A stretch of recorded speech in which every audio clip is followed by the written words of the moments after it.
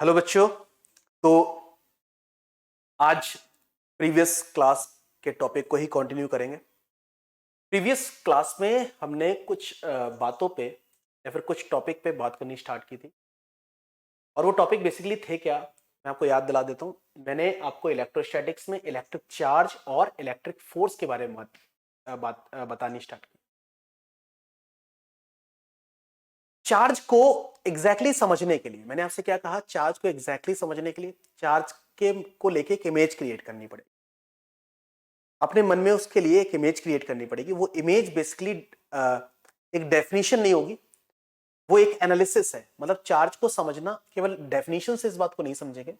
इसे हमने एनालिसिस किया, इसे कंप्लीट एनालाइज किया और एनालाइज करने के बाद एक रिजल्ट निकल के सामने आया। वो रिजल्ट ही बेसिकली चार्ज था। उसके बाद मैंने चार्ज को लेके उसकी प्रॉपर्टीज के बारे में एनालिसिस की, यानी उसकी प्रॉपर्टीज के बारे में मैंने आपको थोड़ा बहुत डिस्कशन दिया। जैसे क्वांटाइजेशन प्रॉपर्टी के बारे में मैंने बताया आपको। मैंने आपको बताया कि मास एसोसिएटेड प्रॉपर्टी क्या होती है, इनवेरिएंट प्रॉपर्टी क्या है, कंजर्वेटिव प्रॉपर्टी क्या है, या फिर एडिटिव नेचर। कुछ प्रॉपर्टीज थी जो चार्ज के विषय में मैंने आपको बताई। उसके बाद मैंने आपको बताया कि बॉडी को चार्ज कैसे किया जाए। जनरली स्टूडेंट के मन में एक बात होती है कि सर कई बार हम यूज करते रहते हैं चार्जिंग चार्जिंग चार्जिंग चार्जिंग। तो किसी बॉडी को चार्ज कैसे किया जाए, यानी कोई वस्तु चार्ज कैसे होती है, इस बात के बारे में हमने थोड़ा बहुत एनालिसिस किया। तो इस बारे में हमने थोड़ी बहुत बातें जानी। जैसे मैंने आपको बताया कि किसी बॉडी को चार्ज करने का मतलब है imbalance number of electron and proton का होना। किसी बॉडी को आप चार्ज तभी कह सकते हैं जब उस बॉडी में नंबर ऑफ इलेक्ट्रॉन या तो greater than of number of proton या फिर number of proton is greater than of number of electron, तभी आप उसे चार्ज कह सकते हैं। अगर नंबर ऑफ इलेक्ट्रॉन और नंबर ऑफ प्रोटॉन बराबर हुए तो उस बॉडी को इलेक्ट्रिकली न्यूट्रल कहा जाएगा, है ना। इलेक्ट्रिकली न्यूट्रल कहा जाएगा। तो चार्ज के बारे में ये सारी बातें हमने की। उसके बाद जो हमें आज बात करनी है या जिन जिन टॉपिक पे हमें बात करनी, वो टॉपिक में एक बार लिख देता हूं और उसको कंप्लीट धीरे धीरे करके समझने की कोशिश करेंगे। ठीक है, वो बातें क्या होंगी। जैसे चार्ज डेंसिटी के बारे में आज, इसके बारे में बेटा, चार्ज डेंसिटी। चार्ज डेंसिटी के बारे में हम जानेंगे, यानी डिस्ट्रीब्यूशन ऑफ चार्ज के बारे में बात करें। चार्ज डेंसिटी का मतलब है distribution of charge, distribution of charge, of charge के बारे में बात कर रहे होंगे। ठीक है, यानी एक बात तो हम ये सीखेंगे। दूसरी बात हम सीखेंगे इलेक्ट्रिक फोर्स। क्या बेटा? इलेक्ट्रिक फोर्स, फोर्स, और इसे एक्सप्लेन करेंगे हम कूलॉम्स लॉ से। कूलॉम्स लॉ, इलेक्ट्रिक फोर्स और कूलॉम्स लॉ, मतलब इलेक्ट्रिक फोर्स को एग्जैक्टली समझेंगे हम कूलॉम्स लॉ से। उसके बाद तीसरी जो बात हम देखेंगे वो होगी सुपरपोजिशन प्रिंसिपल। क्या बेटा? Super position principle of force, position principle of force, principle of force, force, superposition principle of force. और नेक्स्ट जो मैं आज बात करूंगा वो होगा बेटा, क्या देखो, जो पॉइंट हमें आज डिस्कस करने हैं, जिन पे हमें बात करनी है, वो आपको मैं कंप्लीट बता रहा हूं। मैंने कहा सुपरपोजिशन प्रिंसिपल ऑफ फोर्सेस के बारे में बात कर रहे होंगे। और नेक्स्ट जो हम बात कर रहे होंगे बेटा, equilibrium and non equilibrium situation, equilibrium and non equilibrium situation, non equilibrium situation, equilibrium situation, यानी कुछ सिचुएशंस होंगी जहां पे हम इक्विलिब्रियम एंड नॉन इक्विलिब्रियम की भी बात कर रहे होंगे। ठीक है, तो ये कुछ छोटी छोटी सी बातें हैं जिनको हमें धीरे धीरे करके समझना है। तो सबसे पहले हम स्टार्ट करते हैं चार्ज डेंसिटी को लेके। और चार्ज डेंसिटी का मतलब डिस्ट्रीब्यूशन ऑफ चार्ज है। अब चार्ज को कई बार पॉइंट चार्ज कहा जाएगा, कई बार क्या कहा जाएगा बेटा? Point charge, point charge. तो पॉइंट चार्ज का कोई डिस्ट्रीब्यूशन तो है नहीं लाइक दिस। ये आपके पास कोई एक इलेक्ट्रॉन रखा हुआ है, तो इलेक्ट्रॉन एक पॉइंट चार्ज है। एक प्रोटॉन रखा हुआ है, तो प्रोटॉन एक पॉइंट चार्ज है। तो बेसिकली पॉइंट चार्ज का मतलब यहां पे ये है कि मैं एक छोटे से छोटे कण की बात कर रहा हूं या फिर छोटे से छोटे चार्ज पार्टिकल की बात कर रहा हूं। यानी एक इलेक्ट्रॉन को, यानी सिंगल एक इलेक्ट्रॉन को मैं कहीं पे डिस्ट्रीब्यूटेड नहीं कह सकता। इसी वजह से आप इसे पॉइंट चार्ज कहने लग जाते हैं। क्या? तो इसका कोई पर्टिकुलर डिस्ट्रीब्यूशन नहीं होता, पर्टिकुलर डिस्ट्रीब्यूशन नहीं होता। या फिर कई बार क्या होता है कि आपके पास कोई एक स्फेरिकल ऑब्जेक्ट है और वो चार्ज्ड है। क्या बेटा? चार्ज्ड है, चार्ज्ड।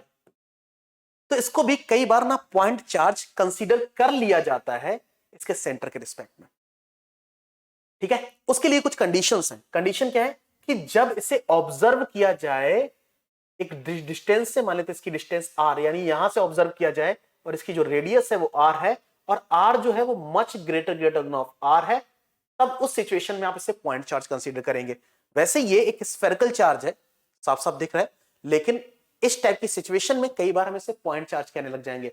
आगे आने वाली जो समीक्षाएं हैं, आगे आने वाली जो बातें हैं, उसमें मैं इस टाइप की अगर बातें, इस टाइप की सिचुएशन यूज करूं या फिर ये मैं कहूं कि स्फेरिकल ऑब्जेक्ट पॉइंट चार्ज जैसे बिहेव कर रहा है, तो उससे आप परेशान मत होना, आप परेशान मत होना। तो पॉइंट चार्ज, तो पॉइंट चार्ज का कोई डिस्ट्रीब्यूशन तो है नहीं। दूसरी बात अगर हम बात करते हैं, दूसरा है बेटा लीनियर चार्ज। क्या?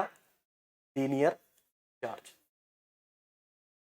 लीनियर चार्ज मतलब जैसे कोई कंडक्टर है, linear conductor like this, linear conductor है और इसे चार्ज कर दिया। इसे क्या कर दिया बेटा? चार्ज कर दिया गया। चार्ज कर दिया जाने का मतलब ये होगा कि इसे डेफिशिएंट ऑफ इलेक्ट्रॉन या फिर एक्सेस ऑफ इलेक्ट्रॉन इस पे डिस्ट्रीब्यूशन में ले लिया।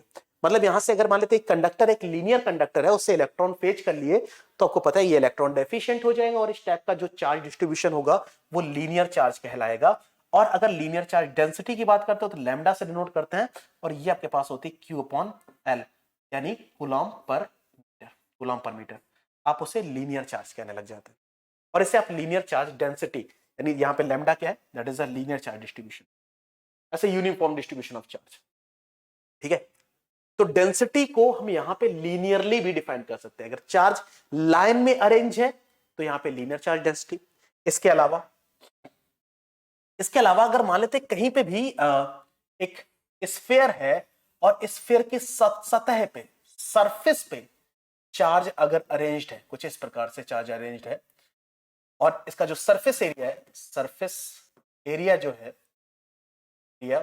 वो ए है और इस पे जो चार्ज है वो क्यू है, तो इस सिचुएशन में आप इसे सरफेस चार्ज डेंसिटी कैसे डिफाइन करते हैं? Sigma is equal to charge upon surface area. क्या?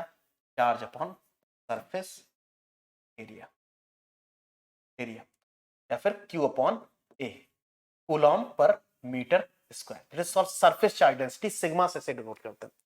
तो चार्ज का जो डिस्ट्रीब्यूशन हो सकता है, यानी चार्ज किसी ऑब्जेक्ट पे या फिर किसी ऑब्जेक्ट के सरफेस पे भी डिस्ट्रीब्यूटेड हो सकता है। जैसे स्फीयर था, गोला था और इस गोले के सरफेस पे चार्ज डिस्ट्रीब्यूटेड था, दैट्स व्हाई इसे सरफेस चार्ज कह रहे हैं।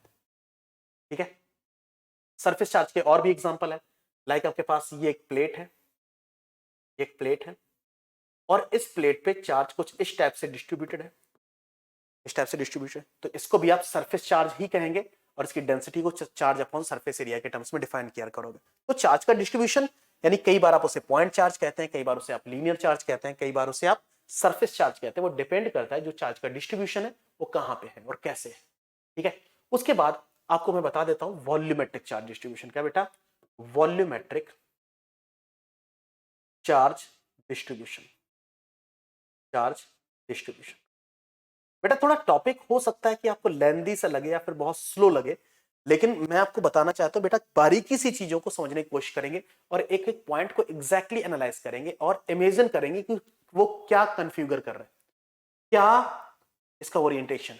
ठीक है, तो वॉल्यूमेट्रिक चार्ज डिस्ट्रीब्यूशन, जैसे आपके पास ये गोला है और इसमें जो चार्ज है वो जैसे वाटरमेलन में सीड्स अरेंज होते हैं उस टाइप से अरेंज्ड है। तो इस सिचुएशन में आप इसे वॉल्यूमेट्रिक चार्ज डिस्ट्रीब्यूशन कहते हैं और इसकी डेंसिटी को rho is equal to charge upon volume लिखते हैं, यानी कूलॉम पर मीट्रिक क्यूब, रो से डिनोट करते हैं वॉल्यूमेट्रिक चार्ज डिस्ट्रीब्यूशन। ये आपके पास किस टाइप का डिस्ट्रीब्यूशन है? That is surface charge distribution. कैसा? Surface charge distribution, charge distribution, distribution. Clear? Clear है? और मैं ये बेसिकली कंडक्टर की बात कर रहा हूं। कंडक्टर की बात कर रहा हूं। वैसे मैं इलेक्ट्रिक फील्ड के बारे में भी यहाँ बात कर सकता था, लेकिन अभी मैं कुछ ऐसी बातें नहीं रखना चाहता जो आपके बियॉन्ड योर थॉट, यानी कि विचारों से थोड़ा बाहर हो।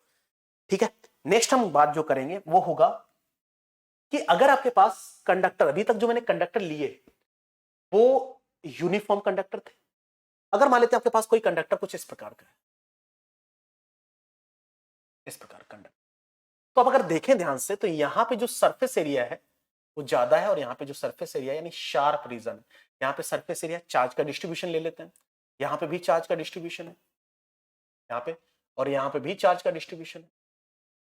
तो ध्यान रखो, अगर मैं नॉन यूनिफॉर्म सरफेस की बात करूं, किसकी बात करूं बेटा, नॉन यूनिफॉर्म सरफेस की बात करूं, सरफेस की बात करूं, तो नॉन यूनिफॉर्म सरफेस को जब आप चार्ज करते हैं तो उस सिचुएशन में जो शार्प रीजन होता है, ये शार्प रीजन है ना, शार्प रीजन, यहां पे अगर surface charge density sigma B है और यहां पे surface charge density sigma A है, तो उस सिचुएशन में सिग्मा बी हमेशा ग्रेटर देन होगी सिग्मा ए से।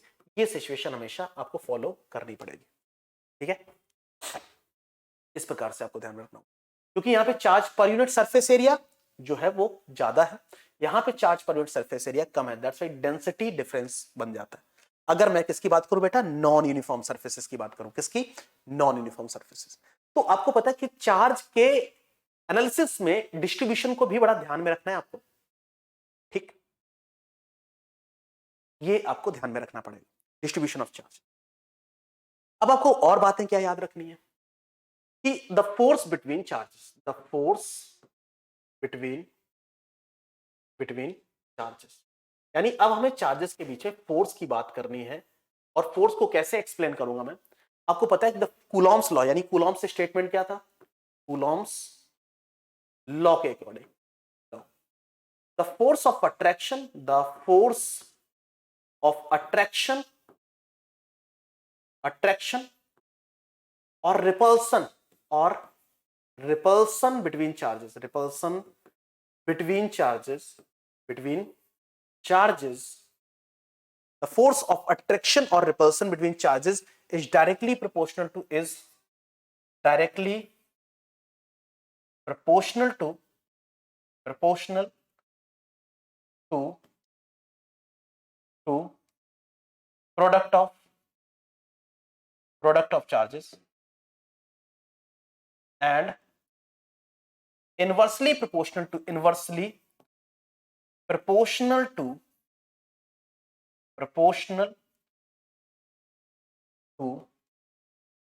square of gap between them, square of gap between them, ये कूलॉम्स स्टेटमेंट था। यानी कूलॉम्स लॉ के अकॉर्डिंग अगर दो चार्जेस हैं और दो चार्जेस के बीच में एक पर्टिकुलर दूरी है, जैसे आपके पास एक चार्ज ये Q1 है और एक चार्ज आपके पास ये Q2 है, इनके बीच की दूरी बेटा R है, तो इनके बीच में रिपल्सन भी हो सकता है और इनके बीच में अट्रैक्शन भी हो सकता है, वो डिपेंड करता है चार्जेस किस प्रकार के हैं। ये पॉजिटिव चार्जेस हैं यानी लाइकली चार्जेस है, फिर अनलाइकली चार्जेस, तो force between them is directly proportional to Q1 Q2 and inversely proportional to square of gap between them. तो यहां से आपके पास दो इक्वेशन स्टेटमेंट से मिल जाती है, और दोनों इक्वेशन को अगर फॉलो अप में लें तो यहां से एक रिजल्ट निकल के आता है आपके सामने, F is directly proportional to Q1 Q2 upon R square. ये रिजल्ट निकल के आता है। प्रोपोर्शनलिटी से आता है तो कांस्टेंट आता है K Q1 Q2 upon R square. यहां पे K को आप इलेक्ट्रोस्टैटिक फोर्स कांस्टेंट कहते हैं। क्या कहते हैं बेटा, electrostatic force constant, electrostatic force constant कहते हैं। और K की वैल्यू जो होती है वो 9 × 10⁹ न्यूटन मीटर स्क्वायर पर coulomb square, newton metre square पर कूलम स्क्वायर होती है। ये चीज ध्यान रखनी है, इलेक्ट्रोस्टैटिक फोर्स कांस्टेंट। इसको फर्दर ऐसे भी लिखते हैं 1/4 pi epsilon naught, 4 pi epsilon not.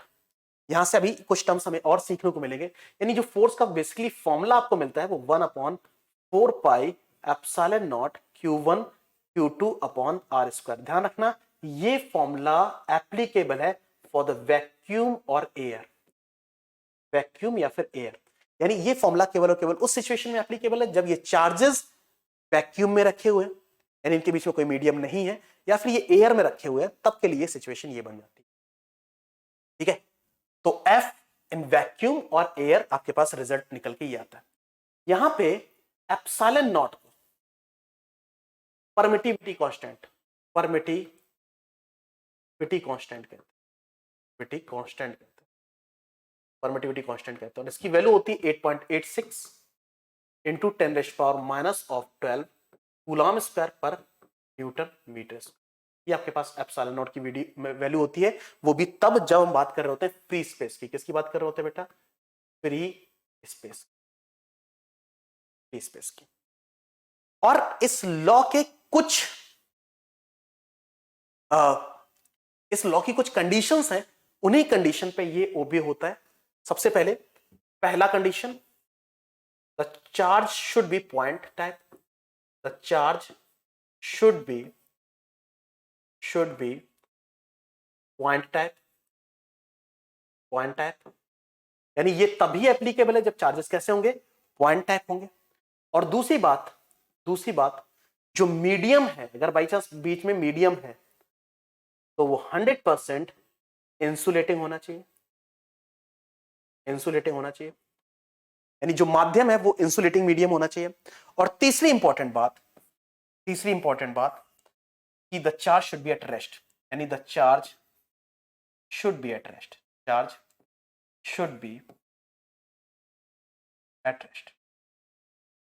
ये कुछ कंडीशन है, तभी आप कूलॉम्स लॉ को लगा सकते हो। ठीक है, तो ये कुछ पॉइंट्स हैं जिनको आपने हमेशा फॉलोअप में लेना है, ध्यान में रखना है। ठीक है, अभी मैं कुछ साधारण सी बातें आपसे डिस्कस कर रहा हूं, कोई मुश्किल बात अभी तक मैंने आपके सामने नहीं रखी है। धीरे धीरे करके हम इसकी कठिन जो भी इसके मैक्सिमम एनालिसिस हो सकती है उस पर लेके इसको जाएंगे। ठीक है, तो ये बात यहां तक क्लियर होगी शायद आप लोगों को। आगे बात करते हैं बेटा। और आगे क्या है कि अगर मैं किसी माध्यम की बात करूं, यानी जो चार्जेस है यानी Q1 और Q2 है, अगर इनके बीच में कोई एक मीडियम, क्या बेटा? ये मीडियम, तो सबसे पहली बात ये है कि ये जो मीडियम है वो कैसा होना चाहिए? इंसुलेटिंग होना चाहिए। And how insulating the medium is, वो डिफाइन होता है इसके डाइलेक्ट्रिक कांस्टेंट पे। किस पे बेटा? डाइलेक्ट्रिक कांस्टेंट पे, जो कि हमें ये बताता है how insulating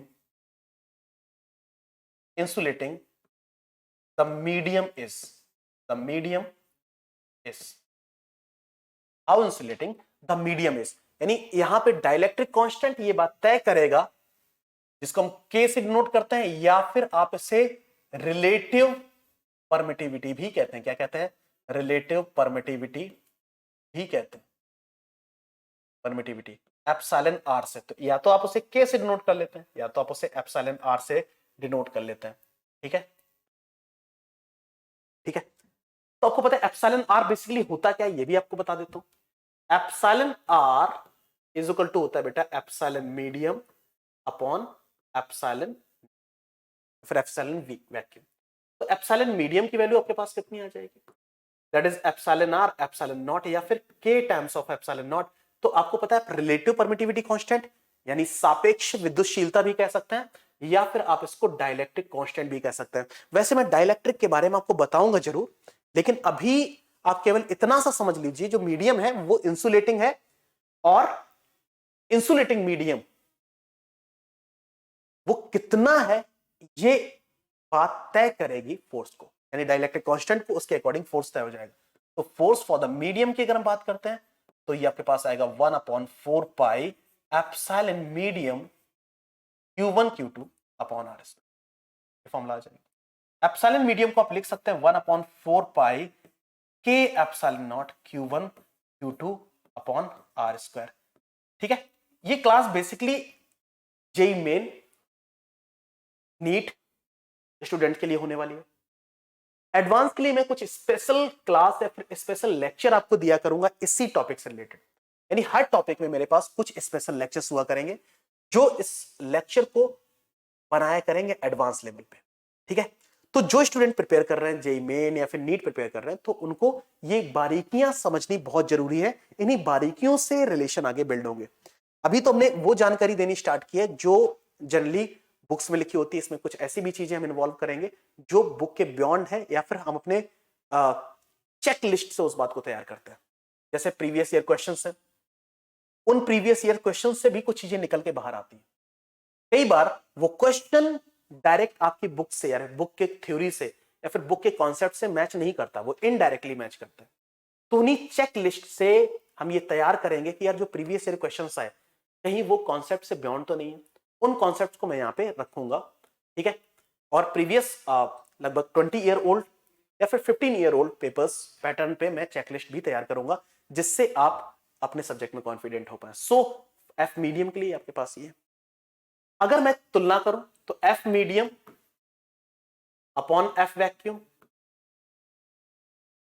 is equal to कितना आ जाएगा, ये सारा कुछ F medium upon F vacuum की अगर बात करें तो 1 अपॉन के आ जाएगा। तो एफ मीडियम की वैल्यू कितनी आ जाएगी, that is equal to F vacuum divided by के।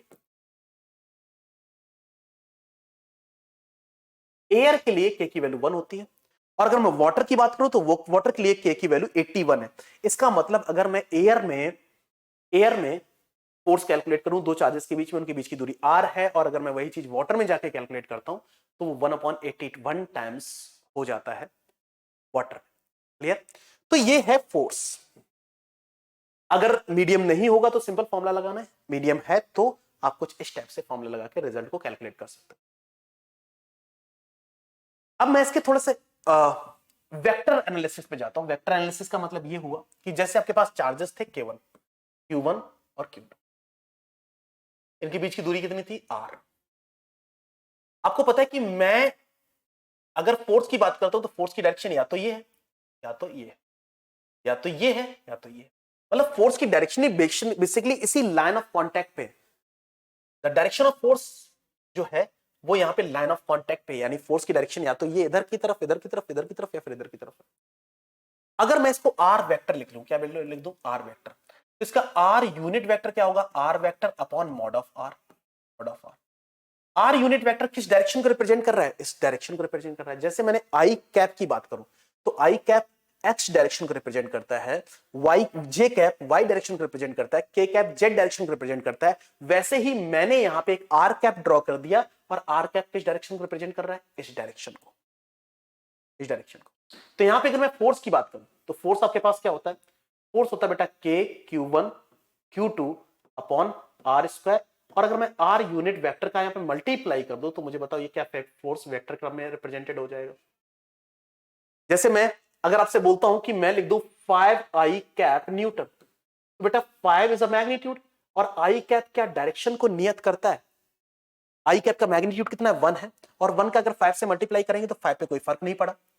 लेकिन आई कैप ने क्या डिफाइन किया, आई कैप ने 5 न्यूटन की डायरेक्शन को डिफाइन किया। वैसे ही मैग्नीट्यूड में अगर आर यूनिट वेक्टर का मल्टीप्लाई कर देते तो मैग्नीट्यूड पे कोई फर्क नहीं पड़ता, लेकिन आर यूनिट वेक्टर कौन सी डायरेक्शन को रिप्रेजेंट करती है, इस डायरेक्शन को। तो ये क्या उसका वेक्टर नोटेशन हो जाएगा, या फिर आप इसे फर्दर ऐसे भी लिख सकते हैं K Q1 Q2 upon mod of R का क्यूब आर वेक्टर। ये आपके पास है vector notation, vector representation, vector presentation of force. Is this okay और नॉट, क्लियर है बेटा, क्लियर है, क्लियर है, ठीक है। उसके बाद मैं इसमें एक टॉपिक और बताता हूं, दैट इज सुपरपोजिशन प्रिंसिपल। क्या बेटा, superposition principle.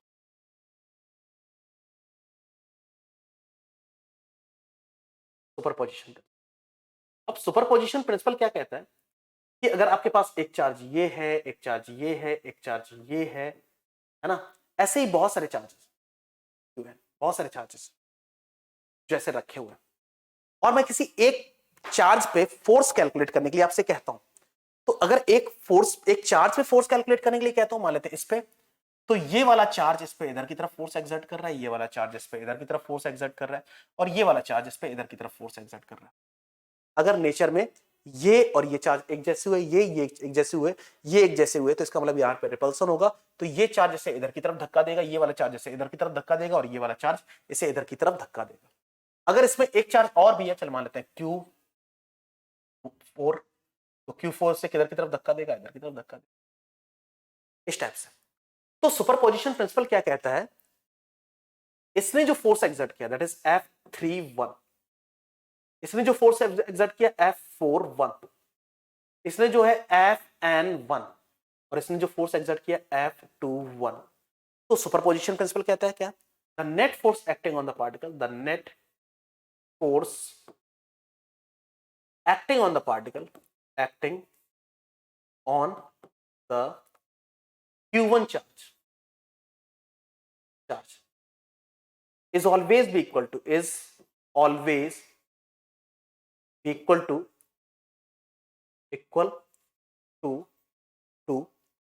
the algebraic summation, not algebraic, that is vector summation, the vector summation of all forces, summation of all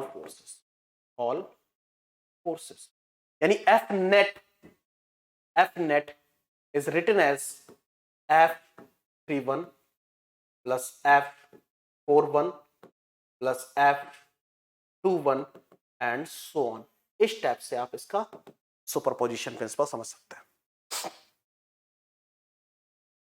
तो आप वेक्टर समेट कर सकते हैं, वेक्टर आप ऐड कर सकते हैं, इस टाइप से रिजल्ट बना सकते हैं। लेकिन वेक्टर समेशन आप डायरेक्टली इसके मैग्नीट्यूड्स को ऐड नहीं कर सकते क्योंकि सभी की डायरेक्शन अलग अलग है। और वेक्टर एनालिसिस या वेक्टर लॉज आपको बहुत अच्छे से पता होंगे, 11th स्टैंडर्ड में वेक्टर लॉज पढ़ते हैं। और वेक्टर लॉज क्या कहते हैं? यानी जब तक डायरेक्शन सेम नहीं तो आप किन्हीं वेक्टर्स को डायरेक्टली ऐड नहीं कर सकते, आप उनको वेक्टर सम कर सकते हैं लेकिन आप उसे डायरेक्टली ऐड नहीं कर सकते। इस टाइप से सुपरपोजिशन प्रिंसिपल को आपने फॉलो अप में लेना है। दिस ओके और नॉट? क्लियर है बेटा सभी को? ठीक है। तो फोर्स के बारे में जो बेसिक सी इंफॉर्मेशन थी वो मैंने क्लियर कर दी। अब यहां पे मैं मान लेते सिचुएशन लूं, और वो सिचुएशन है क्या कि आपके पास एक चार्ज है। देखो सिचुएशन फर्स्ट, यानी फोर्सेस के कॉन्सेप्ट में सिचुएशन, कई बार इन सिचुएशन पे डायरेक्ट क्वेश्चन आ जाता है कि आपके पास एक चार्ज है Q1 और एक चार्ज है Q2, और ये दोनों चार्जेस बेटा लाइकली है। ये अगर पॉजिटिव है तो ये भी पॉजिटिव है, अगर ये नेगेटिव है तो ये भी नेगेटिव, मतलब लाइकली चार्जेस। क्या बेटा? Likely charges, likely charge. और क्वेश्चन ये है कि तीसरा टेस्ट चार्ज कहां पे रखा जाए जिससे वो इक्विलिब्रियम में हो। आपको पता है तीसरा टेस्ट चार्ज कहां रखा जाए, तो लाइन ऑफ कांटेक्ट कौन सी है? लाइन ऑफ कांटेक्ट ये है। अगर आप चार्ज को यहां पे रखोगे, मान लेते इस जगह पे रखा, तीसरा चार्ज आपने यहां पे रखा, तो ये वाला चार्ज भी से क्या करेगा? अगर बाई चांस ये पॉजिटिव हुआ तो ये इसे रिपेल करेगा, ये पॉजिटिव तो रिपेल, ये पॉजिटिव तो ये भी रिपल्सन। तो रिपल्सन तो कैंसिल आउट हो सकता है। यानी अगर आपको पता है कि मैं इसमें को पॉजिटिव ले लूं या फिर नेगेटिव ले लूं, दोनों सिचुएशन में यहां पे इसको इक्विलिब्रियम पोजीशन मिल सकती है। यानी अगर लाइकली चार्जेस हो तो इक्विलिब्रियम पोजीशन कहां पे मिलती है? The equilibrium position, the equilibrium position should be middle of them,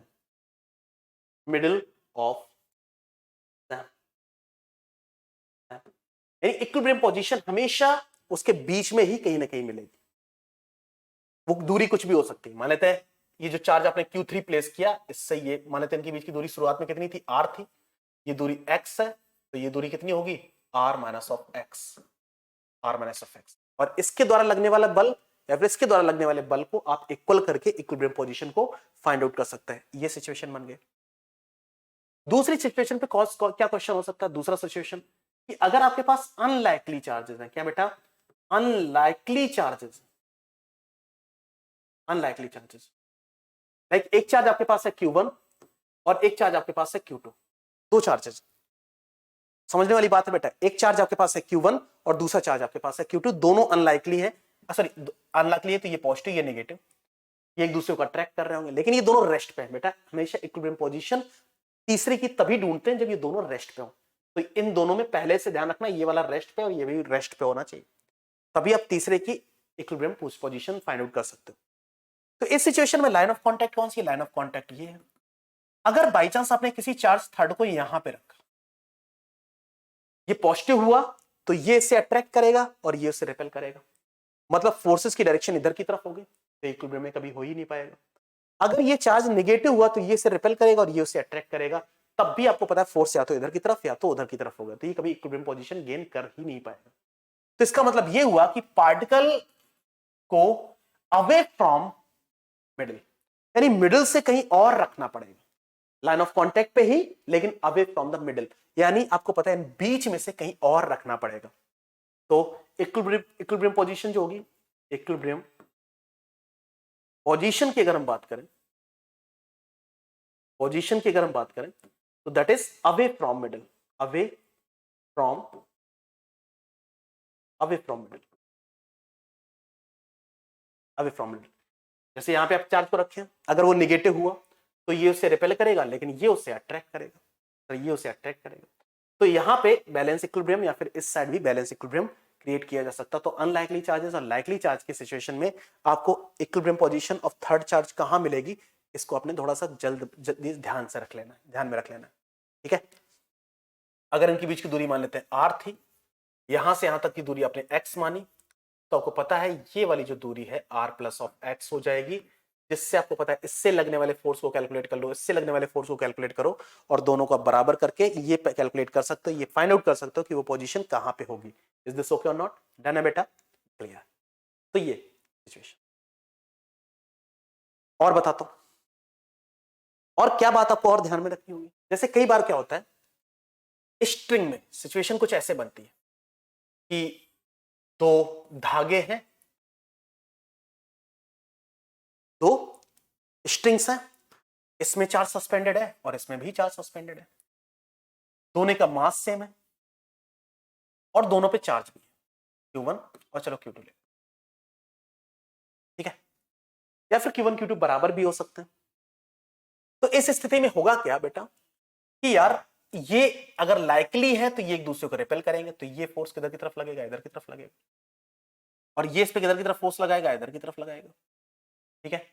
string की लेंथ कुछ ना कुछ होगी, ये लाइन ऑफ कांटेक्ट है, ये एंगल थीटा है, थीटा, और अगर Q1 और Q2 बराबर हुए तो ये एंगल और ये एंगल बराबर होंगे, थीटा और थीटा। तो स्ट्रिंग पे तनाव डेवलप होगा T, नीचे की तरफ जो फोर्स लग रहा है वो mg के बराबर है, वेट के बराबर, और आपको पता है टेंशन का एक कंपोनेंट है यहाँ पे और एक कंपोनेंट है यहाँ पे, तो ये अगर थीटा तो ये भी थीटा होगा, ये आपके पास हो जाएगा T cos थीटा और ये आपके पास क्या हो जाएगा T sin। ये भी सिचुएशन कहीं ना कहीं इलेक्ट्रोस्टैटिक फोर्स और इक्विलिब्रियम की कंडीशन अचीव करने की है, कई बार इससे रिलेटेड क्वेश्चन पूछा भी गया है। तो यहाँ पे इक्विलिब्रियम पोजीशन का मतलब बेटा T cos थीटा बराबर किसके होना चाहिए, mg के बराबर होना चाहिए, और T sin थीटा बराबर होना चाहिए बेटा Fe के, किसके बराबर होना चाहिए, Fe, यानी इलेक्ट्रोस्टैटिक फोर्स के बराबर होना चाहिए, तभी ये जो चार्ज है वो इस जगह पे स्थिर रह सकता है, ठीक है, चार्ज स्थिर रह सकता है। इस टाइप की सिचुएशन मान लेते हैं, इसी को आपने क्या किया, इसी में चेंजेस किए और किसी लिक्विड में से डुबो दिया, यानी fully submerged in a liquid, यानी आपने इस सिस्टम को उठाया और किसी लिक्विड में सबमर्ज्ड कर दिया, यानी आपने उसे डुबो दिया। तो डुबोने पे क्या होगा, देखो ध्यान से, डुबोने पे होगा क्या, देखते हैं। आपको पता है कि जो ये स्फीयर, इसका कुछ ना कुछ साइज होगा, इसका कुछ ना कुछ वॉल्यूम होगा। आपने क्या किया, जब इससे आपने एक लिक्विड में डुबो दिया, लिक्विड में डुबो दिया, mg किधर की तरफ है, mg इधर की तरफ है, टेंशन किधर की तरफ है, T इधर की तरफ है, इलेक्ट्रोस्टैटिक फोर्स किधर की तरफ है, इधर की तरफ है, इलेक्ट्रोस्टैटिक फोर्स, इलेक्ट्रोस्टैटिक फोर्स की डायरेक्शन ये, और टेंशन का अगर मैं ये एंगल थीटा कहूं, ये एंगल थीटा कहूं, तो टेंशन का एक कंपोनेंट यहां पे, एक कंपोनेंट यहां बन जाएगा, ये थीटा आपके पास हो गया, that is T cos theta, और ये आपके पास क्या बनेगा, T sin थीटा बनेगा कि नहीं, हाँ। तो डिफरेंट डिफरेंट सिचुएशन बेटा मैंने जो यहां पे आपके सामने प्रेजेंट करना है वो एक कंप्लीट चेकलिस्ट है, मतलब इसको करने के बाद प्रीवियस ईयर क्वेश्चन का कोई भी कॉन्सेप्ट छूटेगा नहीं, यही मेन या फिर नीट का। यहां पे हम वो सारे क्वेश्चंस या फिर उनके कॉन्सेप्ट लेके आएंगे जो प्रीवियस 15 या 20 इयर्स में क्वेश्चंस आए हुए हैं, उनकी मैंने चेक लिस्ट तैयार की, चेक लिस्ट का मतलब उससे रिलेटेड कॉन्सेप्ट तैयार किए और वो मैंने टॉपिक के मिडिल ऑफ मोस्ट में डाल दिए। जैसे मान लेते हैं कि एक किसी साल में इस टाइप का कोई क्वेश्चन आया होगा, तो अभी फोर्स से रिलेटेड बात चल रही है, तो मैंने फोर्सेस से रिलेटेड ये कॉन्सेप्ट था, उस कॉन्सेप्ट को मैंने यहाँ पे डाल दिया और आपको समझा दिया, जिससे क्या होगा कि आपके प्रीवियस ईयर क्वेश्चंस जो हैं वो भी, उसकी भी अंडरस्टैंडिंग आपको प्रॉपर हो जाएगी। इसके अलावा आपको पता है ऊपर की तरफ जब आप किसी लिक्विड में आप उसे सबमर्ज करेंगे तो ऊपर की तरफ एक फोर्स और लगेगा जिसको आप अपथ्रस्ट कहते हैं, और इसकी वैल्यू होती है बेटा V rho g. Rho for the density of liquid, density of liquid, liquid, V for the volume of, the volume of displaced liquid, displaced liquid. ऐसा आर्किमिडीज प्रिंसिपल पढ़ा होगा। और आपको ये बहुत अच्छे से पता है बेटा, जो नीचे ये जो बॉल है इसका जो वॉल्यूम होगा उतना ही वॉल्यूम पानी डिस्प्लेस्ड हुआ होगा या फिर लिक्विड डिस्प्लेस्ड हुआ होगा। बेसिकली देखा जाए तो volume of the ball is equal to volume of the liquid displaced, दोनों बराबर है। अगर मैं एम की बात करूं, एम को मैं लिख सकता हूं sigma V g, sigma for the density of substance जिसकी बॉल बनी हुई है, V for the volume of the ball and g for the acceleration due to gravity. तो इक्विलिब्रियम पोजीशन क्या मिल रही है कि T cos theta plus V rho g is equal to sigma V g. ये आपके पास फर्स्ट इक्वेशन है। ऊपर की तरफ जो लगने वाले फोर्सेस हैं वो कुछ इस टाइप से होंगे। तीसरी बात, दूसरी बात, T sine theta is equal to F, ये दूसरी से। क्लियर है बेटा? क्लियर है? तो forces equilibrium and non equilibrium की कंडीशन ये कुछ मिल सकती है। कई बार हम फोर्सेस की प्रॉब्लम को या फिर इक्विलिब्रियम की प्रॉब्लम को सॉल्व करने के लिए या फिर चार्जेस के कॉन्सेप्ट को समझने के लिए लामीज थ्योरम का भी यूज कर रहे होंगे। एक सिचुएशन देखते हैं और उस सिचुएशन को रीड आउट करते हैं। देखते हैं बेटा क्या है। मान लेते हैं आपके पास एक चार्ज्ड प्लेट है। क्या बेटा? एक चार्ज्ड प्लेट, चार्ज्ड प्लेट, और इसकी जो सरफेस चार्ज डेंसिटी है वो सिग्मा है। सरफेस चार्ज डेंसिटी बेटा कितनी है? सिग्मा है। और इससे कनेक्टेड है बेटा एक स्ट्रिंग, और इसमें एक पॉजिटिव चार्ज सस्पेंडेड है। तो आपको बहुत अच्छे से पता है ये वाला जो ये प्लेट है इस पे पॉजिटिव चार्ज है, ये भी कैसा चार्ज है? पॉजिटिव। तो मुझे बताओ क्या इधर की तरफ एक फोर्स लगेगा? वो मान लेते हैं एफ ई लगेगा, एफ ई लगेगा। mg downward, mg downward, vertical के साथ एंगल थीटा, टेंशन टी, तो टी का एक कंपोनेंट यहां पे, एक कंपोनेंट यहां पे, ये थीटा, तो ये पार्ट टी कॉस थीटा, और ये आपके पास क्या हो जाएगा? T sine theta. तो यहां पे भी T cos theta is equal to mg और T sine theta is equal to F E.